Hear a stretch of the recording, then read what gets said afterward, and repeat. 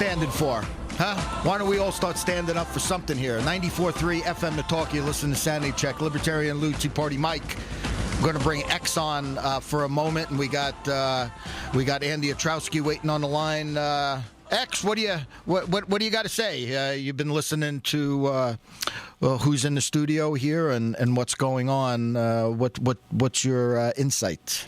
I think the big thing we need to get that you've been covering that really is the real story. It's the fact that people, when they come together, cannot rely on most of the press sources that are out there today because they've been co-opted by both political parties to further their agenda. So it's only a left or a right type of issue, not what is a right versus wrong issue.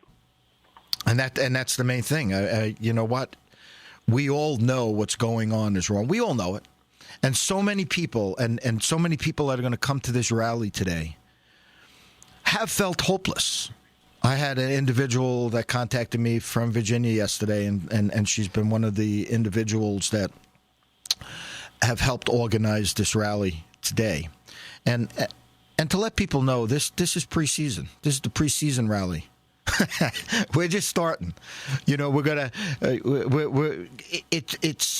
we're getting our groundwork together, and as we move forward, the World Series perhaps is going to be at election time, and we need to get that information out there for those individuals that are going to stand up and really, you know, as the tires hit the road, as they say, you know, let's we want to see some action, X, and that's what's so important here. Yeah, the other thing is the fact that, you know, my hat's off to Jesse, because as an example for all of us, it's the fact that he never just gave up after a few years. He's been doing this for his lifetime, always arguing for what is right. And each of us should use him as an example to follow from the standpoint of this is a marathon, and it's not a sprint.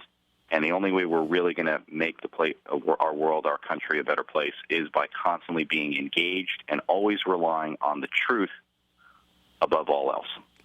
I was talking about that individual from Virginia, and I had lost my train of thought. There's a surprise, Michael.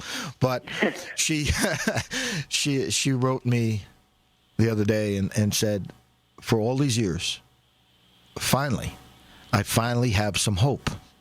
And I think that's what's so important. Let's bring Andy on. Good morning, Andy.